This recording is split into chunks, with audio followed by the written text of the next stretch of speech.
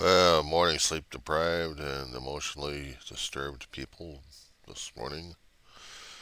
It is 2:24 in the morning. It is Thursday, the 30th of June, 2022. Weaver, John C., Roseman, California. What's going on, guys? Each time I keep trying to do one of these things, sometimes I actually have an actual item to talk about or a burr up my butt to get into conversations. Sometimes my emotional state tells me something, and then other times I'm scrolling through the news just to see if I've missed actually something that got past me one way or another. And then looking at some of the national stories, including some of the analysis, one actually jumped up to mind and caught me off guard. I'm like, okay, whoa. We are talking about an anniversary that's coming up regarding our country's birthday. 246, I think. July 4th is fast approaching. It's going to be on Monday. We are supposed to be patriotic and celebrating it with red, white, and blue material. We're supposed to be showing our patriotism in our country, in our way of life, in our way of thinking,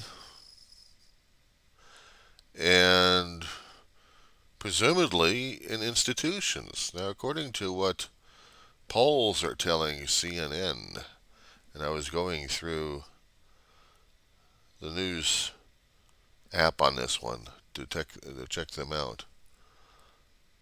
It seems there's been a major decline among the Republicans and the Independents about a lack of faith in the institutions that hold up our country and make up our country. Any and every institution, apparently. And it's been on a downhill ever since. Well, I don't understand concerning about the conservatism at this point over here. We're supposed to be pro-American at this point. We're supposed to be gung-ho with all the other idiots producing their guns and shooting them off, not to mention the damn firecrackers at 12 midnight in my town. They're supposed to be gung-ho about it being American. And yet, there's this depression, besides my own internal version of it, that seems to be weighing heavily on our country's mind and in our spirit. Bald eagle that we keep passing pictures around in its old glory. Sometimes it's the head hung so damn low it's practically breaking its neck. And not because we just lost another soldier or another veteran. It's because the old bird cannot take a look and be proud of the country. Not the way it is these days. Now, Paul was telling people about after we had the mass shootings happening, you know, past couple of months, and before the Roe v. Wade decision came down, that the numbers were not all that encouraging, even among theoretical Republicans and independents. I call it theoretical because these days they don't even know what party they actually support. Is it the party of the Donald Trump era, or is it the actual grand old party formed a long time ago? And among its chief icons, following the idealism of Ronald Reagan back in the 80s. But then after that, you didn't have that much Republicans to look after, except maybe the Bushes, senior and junior.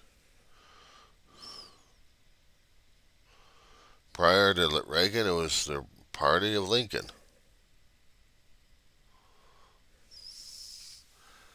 They were so gung ho about their conservatism and trying to be gung ho about the institutions. Well, now our institutions, however you want to name them,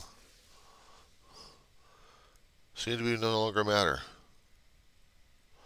What would be considered our institutions? The institutions of freedom of speech being curtailed left and right. People keep saying that online, the institution of freedom of speech is being knocked around left and right. Not to mention people's rights getting threatened by the courts, or due process is not happening, even though we're guaranteed by the Constitution. And how about following the old Constitution, Carl, huh? How is it that the major institution that formed our government, that has the framework of our government, not being supported enough?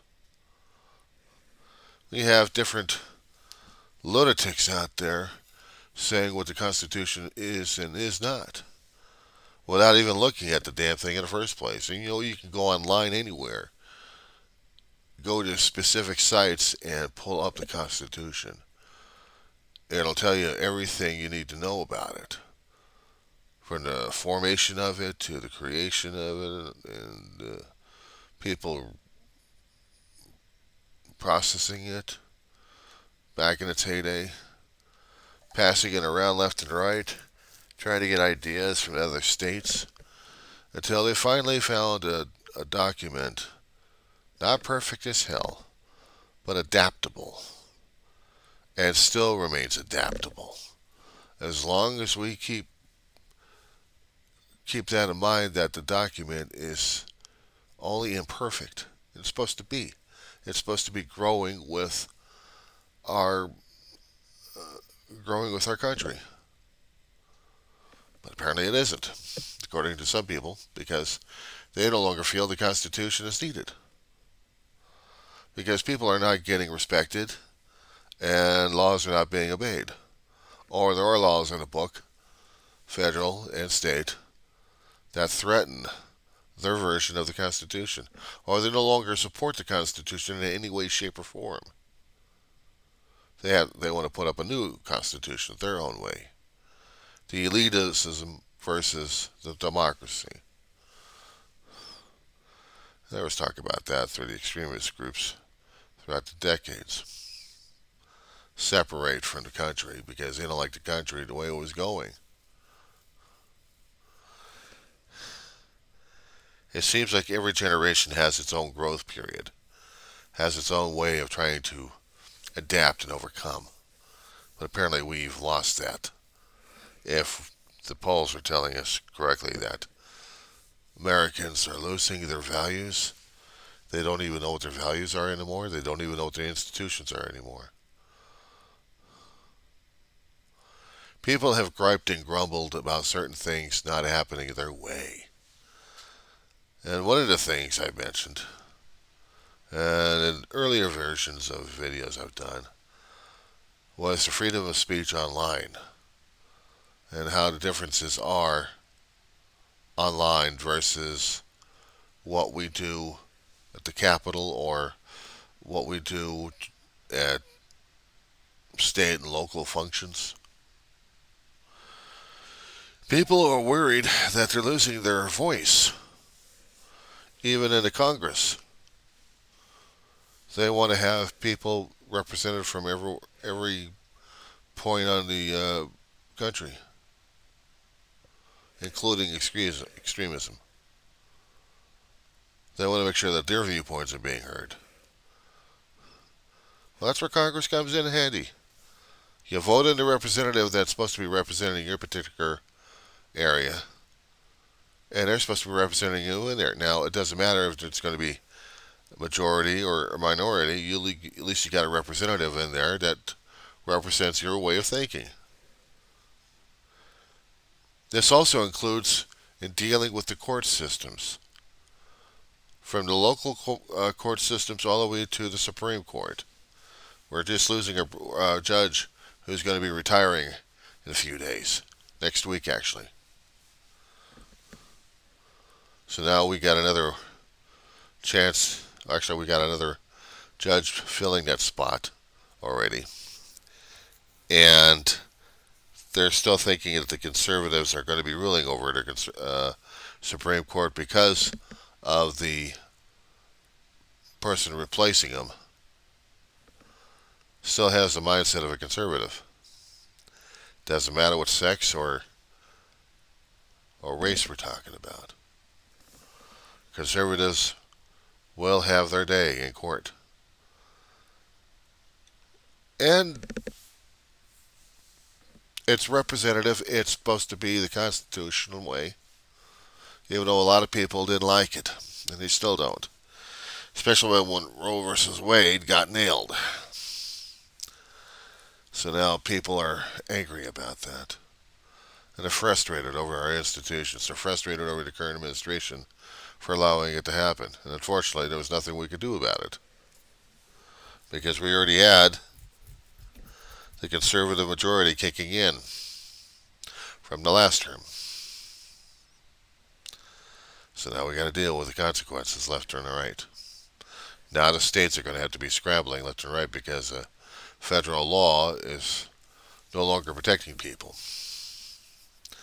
Or how about the federal laws, if there are any, protecting people from getting shot up in schools? It's not getting shot up in the damn malls or getting shot up in your neighborhoods or even at a local pizza joint that's getting people pissed off. No. What they consider sacrosanct is getting the kids going on campus. Either they know of it or they don't know of it, but coming onto the campus and shooting people left and right. Kids getting guns. And how long has the gun right groups out there been fighting left and right for everyone to have freedom to carry guns, including the damn kids bringing in the guns and shooting their kids? There's been too many arguments on this one here. But they're starting to agree that there has to be some kind of control and limitations on this. The schools are one of our institutions that we have. If we cannot protect it any which way, then why do we have it in the first place? But even in my heyday, back in the 80s, we didn't have shootings. We had beatings. In different sporting events that we had in the San Fernando Valley, there had been rivalries happening throughout the decades. Ever since we started up our high schools in the San Fernando Valley. And among everybody else in the LA County, LA City areas. That gang rivalry is the thing. All the shootings, but mostly chains and knives, and now you do the shootings, and now you do the drive-bys. And we fought the crimes like crazy through the 80s and 90s and had to change our ways. A riot had to bring changes, slowly but surely. But it took a hell of a lot of time. It's one of the institutions that they don't like either. Law enforcement. Out here in Kern County, our law enforcement is limited in manpower. Oh, we take a couple here and there from the California Highway Patrol, but we only have about 6, maybe 7 if we're lucky, of sheriff for over 30,000 people in this town. Yeah, I did try to say that, didn't I? 30K. That's for the people who are living here and the people who just moved in over the past decade, and they're doing the census on this. So here we have a lot of people, very limited resources out here in Roseman. We plead like crazy to a county that's cash strapped.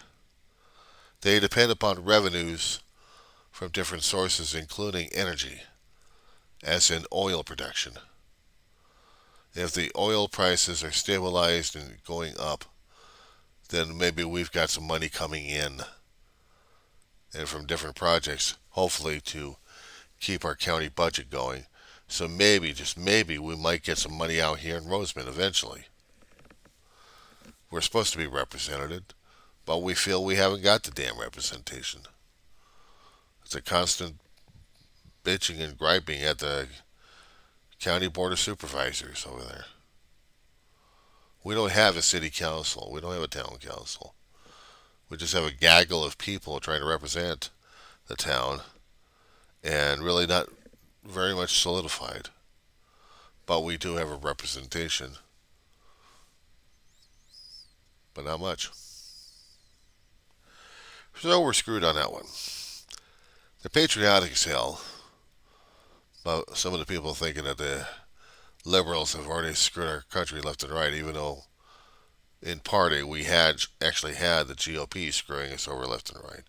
But that's not to be told about. That's not to be heard.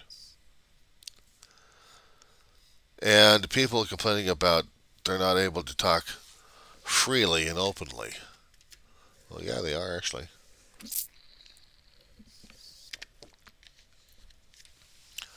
They are. They say, no, you're not on the internet. And then I got to look at them. And I have to argue with them on this one. Because the internet, we are subject to commercialism. We are subject to businesses being treated as citizens, which means there are different ways of handling the internet when it comes down for the First Amendment rights. If the companies and corporations are actually treated as corporations and companies, they are subject to tax laws and others. Not to mention they'll be regulated and subject to rules and regulations of the federal government for various departments that we have that governs the internet and its usage and the company's usage. But because of a Supreme Court ruling in this century, within the last decade, screwed everything else up. It treated Citizen Joe versus federal government. It treated companies like individuals, therefore unregulated. Supreme Court rulings, it's out there on the internet. All you got to do is just research it. And I'll back up the claim right there. Case in point.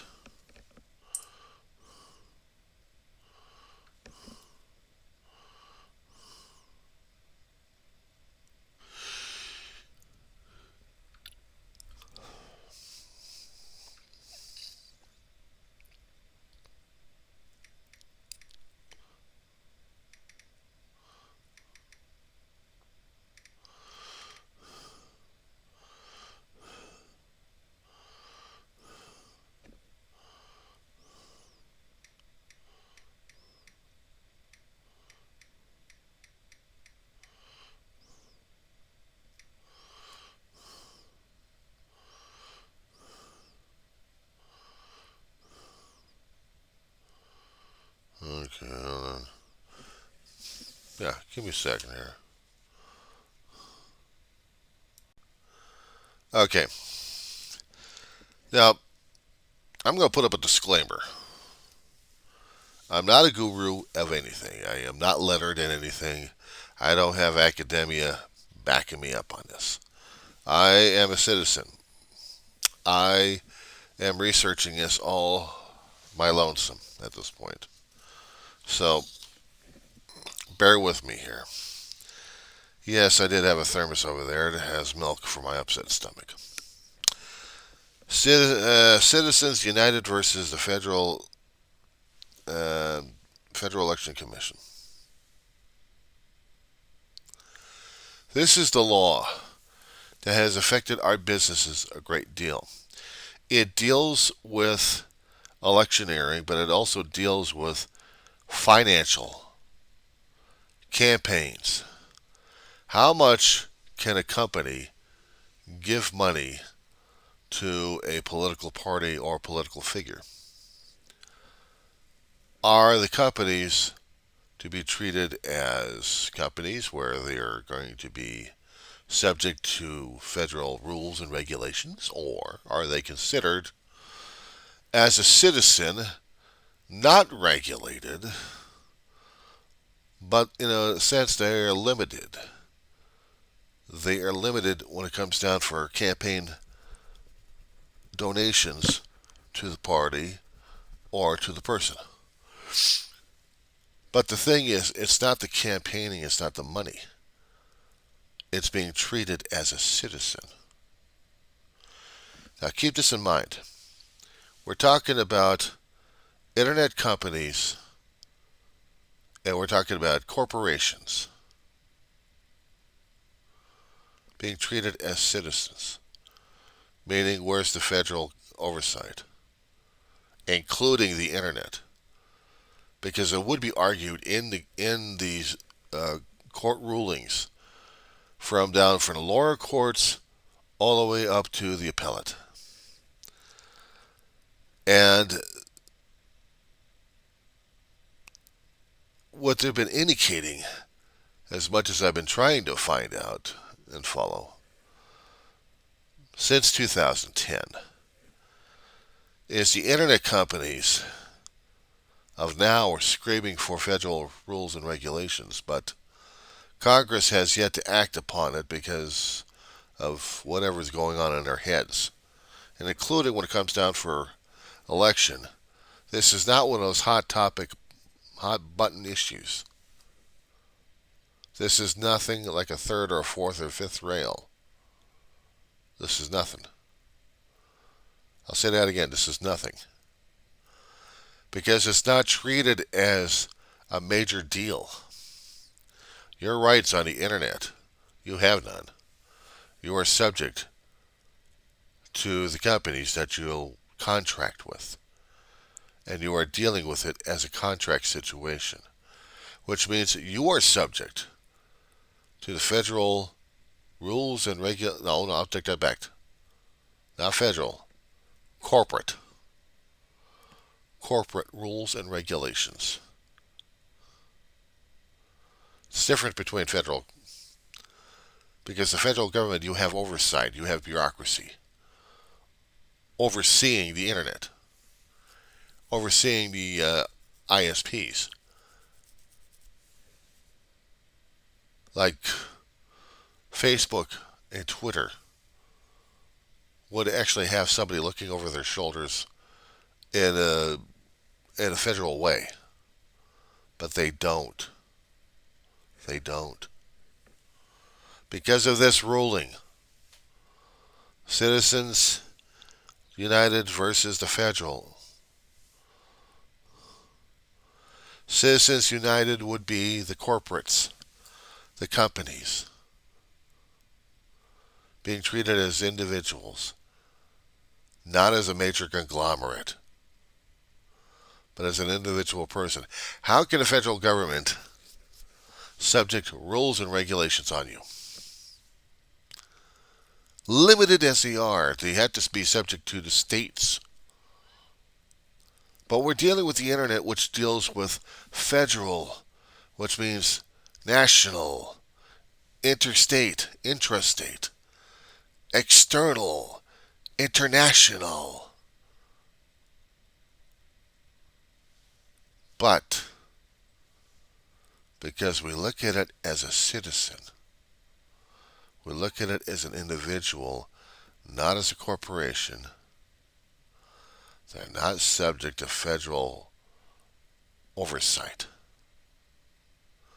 You'd seen the commercials.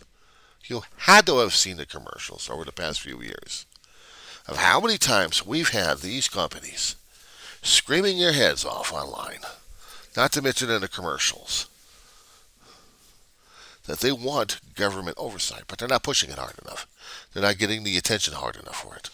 And therefore, your representative may be aware of it, but it's a low profile. It's a low priority at this point. Very low. And why do we want the controversy? And this is where some of those conservative people are getting pissed off left and right. And that's why they're getting so stressed out about the damn thing. And they blame the liberals for the damn shit. It wasn't liberals. The Supreme Court has to look at the precedents set by the lower, going all the way from the states to the appellate and up to their desk. They got to see where the precedents were, the rulings were. What was the effects? Why did we have these rulings here? What was the judge's opinions for all these decisions here leading up to the Supreme Court scratching their heads? What's the right ruling for this? It takes sometimes a few years, or maybe they can put it on a priority basis if they feel the need is clear for this.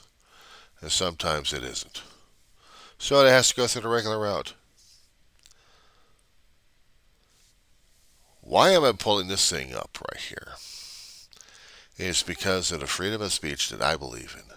The institution of the Constitution. The Bill of Rights is an institution to me. To be able to say anything I like out in public without anything going to hurt me. As long as I'm not pissing off anybody else at the same time. Meaning if I'm going to be saying some ugly things about a person's, well, let's put them in different classifications left and right, and let's chart them out to be this way and that way. And then let's make fun of them afterwards. That's the only polite way I can say it at this point over here. Because the rest of it would be subcontext, and that's the one that really pisses off a lot of people. But I can still say it out loud. But it may consider be hate speech or racism. And I'll still have to fight it out in the court systems on this one. However, I try getting away with this damn stuff on a corporate page. On a corporately owned page. Has their rules and regulations saying, keep it clean. And I'm like, oh no, where's my mud? Where's my dirt? Where's my mud whumping tires? I'm going to get my mud whumping vehicle here, and I'm going to run right over these damn typos and everything else over here. I'm going to show these whatever kind of discriminatory language I'm going to be using on them. I'm going to tell them and prove to them that they are beneath my tires. And I'm going to be like a maniac running over their damn comments left and right because I think I have the First Amendment right and they have nothing against me. And I'll laugh in their face. Ha ha ha. We have a problem here, boys and girls. You know what the problem is? I don't have the freedom of speech. How does that grab you? Want to hear more? Stay tuned.